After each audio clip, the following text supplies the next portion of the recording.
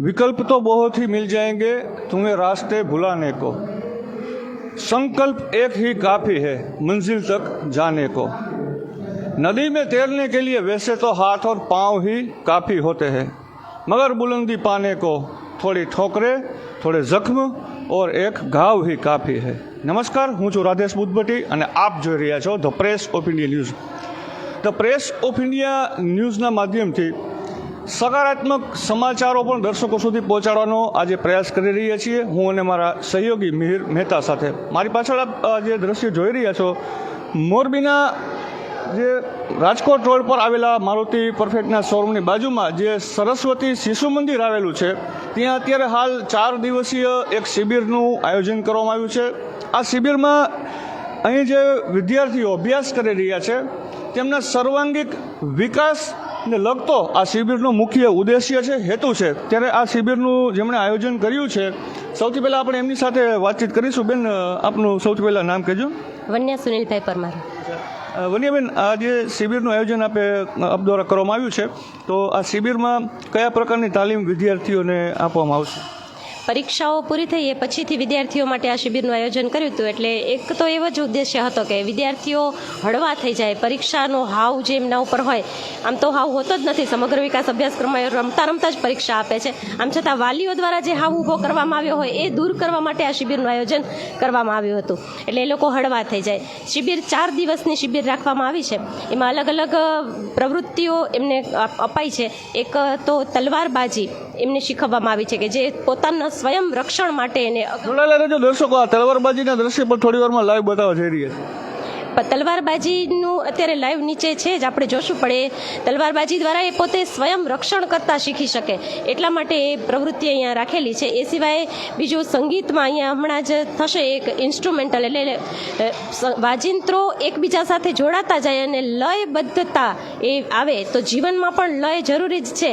તો એ જીવનમાં લય ક્યારે આવે? તો જો વાજિંત્રમાં લય એ લોકોને આવડે તો જ એને જીવનમાં લય પણ એ સાધી શકે। તો એના માટેનો એક પ્રયોગ સંગીતનું સત્ર પણ અહીંયા ગોઠવ્યું છે, જે મેહુલભાઈ કરાવે છે। એના સિવાય બીજા ઘણા બધા સત્રો છે, જેમ કે અલગ અલગ કારખાનાઓની મુલાકાતે અમે લઈ જવાના છીએ। એવું માનીને અમે ચાલીએ છીએ કે કોઈ પણ વ્યક્તિ છે એણે નોકરી ન કરવી જોઈએ, નોકરી એ સૌથી કનિષ્ઠ છે। સંસ્કૃતમાં એવું કહેવાયું છે કે કાંઈ ન મળે ને તો નોકરી કરવી એમ, એટલે જ્યાં સુધી એ વ્યવસાય કરી શકે, પોતાનો સ્વતંત્ર ધંધો કરી શકે તો એણે ધંધો જ કરવો જોઈએ। તો એના માટેના આઈડિયાઝ એને મળી રહે કે જીવનમાં મારે આગળ જઈને કયા કયા બિઝનેસમાં મારે સ્થાયી થવું, તો એના માટે અલગ અલગ કારખાનાઓની મુલાકાતે અમે લઈ જવાના છીએ, જેનાથી વિદ્યાર્થી એ જોવે અને એમાંથી પ્રેરણા લે કે મારે આ ધંધામાં સેટલ થવું છે ને ધંધો કેવી રીતે કરી શકાય, ધંધો કેવી રીતે ડેવલપ થાય, આ બધી વસ્તુ એને ખબર પડે એટલા માટે અમે કારખાનાઓની મુલાકાત પણ ગોઠવી છે। લગભગ 4 જેટલા કારખાનાઓની મુલાકાતે પણ અમે લઈ જવાના છીએ।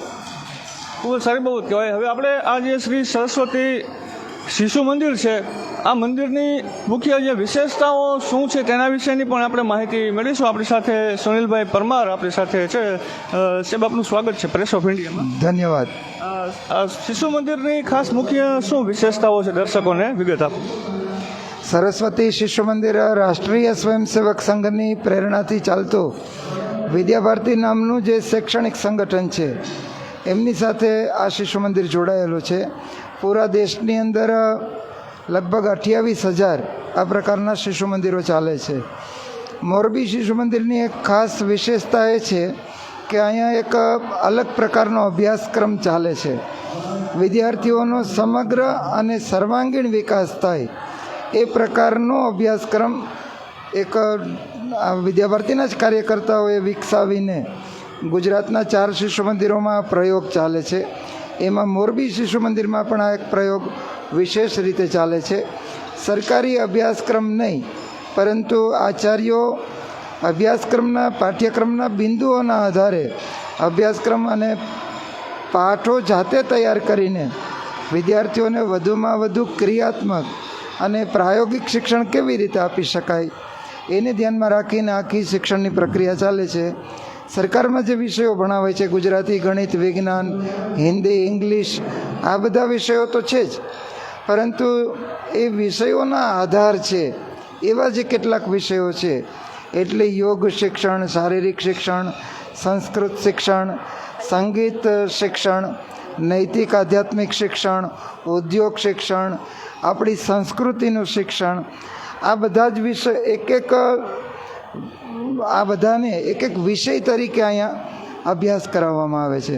તો આ એક સમગ્ર વિકાસ અભ્યાસક્રમ એ સરસ્વતી શિશુ મંદિરની સૌથી મોટી વિશેષતા છે.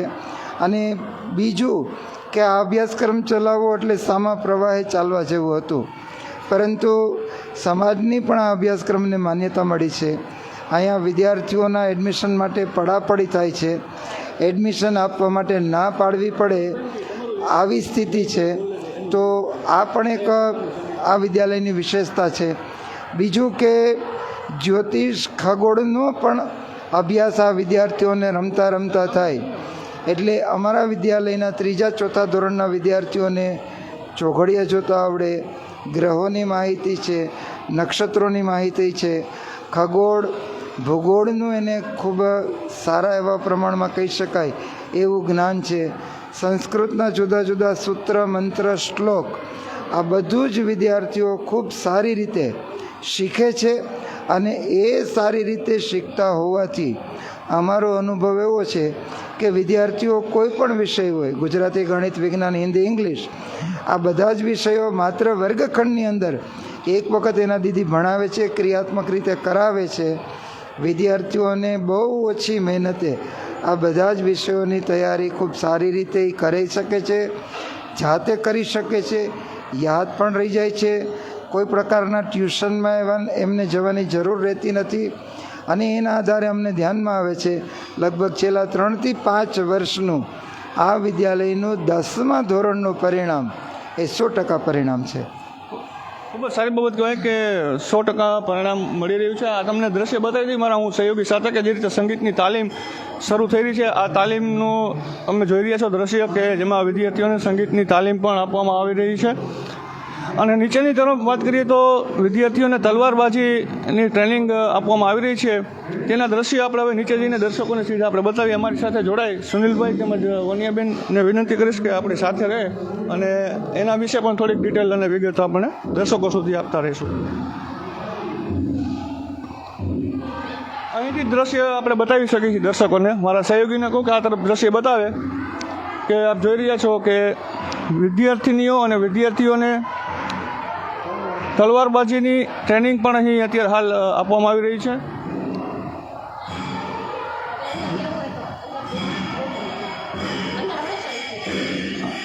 અને એક તરફ આપ જોઈ શકો છો અંદર સંગીતની તાલીમ પણ આપવામાં આવી રહી છે.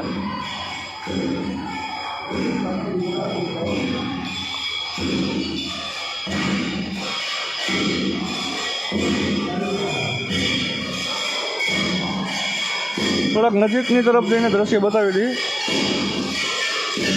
કે જે રીતે આ ઇન્સ્ટ્રુમેન્ટ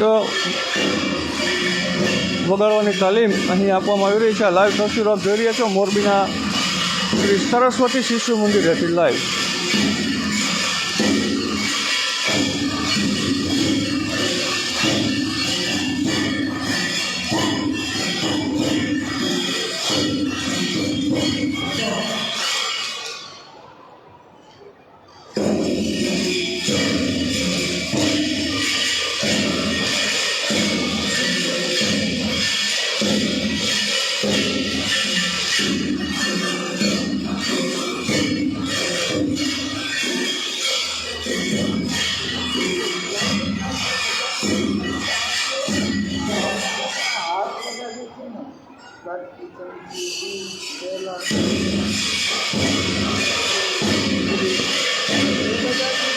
ફરી એકવાર દર્શકોને પાછળ આપણે જે નીચે અત્યારે તલવારબાજીની ટ્રેનિંગ આપવામાં આવી રહી છે તેના દ્રશ્યો પણ આપણે દર્શકોને બતાવી દઈએ.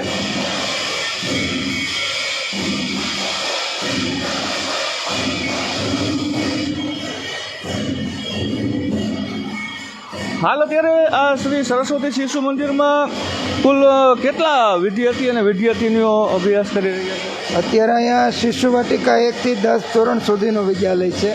અને વિદ્યાલયની અંદર લગભગ 1750 જેટલા વિદ્યાર્થીઓ શિશુ વાટિકાથી લઈને 10 ધોરણમાં અભ્યાસ કરે છે. અને એ રીતે લગભગ અમારો સ્ટાફ, શિક્ષકો, બાકી જે કો સ્ટાફ છે એ થઈને 100 જેટલી સંખ્યા સ્ટાફની છે. એક વાર દ્રશ્ય છેલ્લે આ વિડીયોના એન્ડમાં આપણે બતાવી દઈએ દર્શકોને કે જે તમે જોઈ રહ્યા છો એમ જે આ 4 દિવસની જે શિબિર છે તેમાં જે રીતની તાલીમ અત્યારે અહીં આપવામાં આવી રહી છે મોરબીના શ્રી સરસ્વતી શિશુ મંદિરેથી આ લાઈવ તસવીરો આપને અમે બતાવી રહ્યા છીએ. નજીકની તરફથી દ્રશ્ય બતાવે દર્શકોને.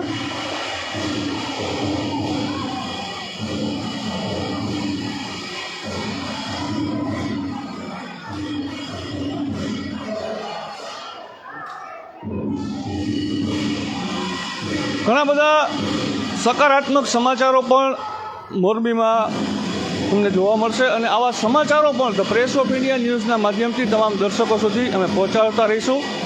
संघर्ष और तकलीफ ही ना हो तो क्या मज़ा है जीने में, संघर्ष और तकलीफ ही ना हो तो क्या मज़ा है जीने में, बड़े बड़े तूफान भी थम जाते हैं जब आग लगी हो सीने में. सहयोगी मिहिर મહેતા સાથે હું છું Radhesh Budhbhatti, the press of India news Morbi જિલ્લાનું તેજ રફતારથી આગળ વધતું ન્યૂઝ નેટવર્ક.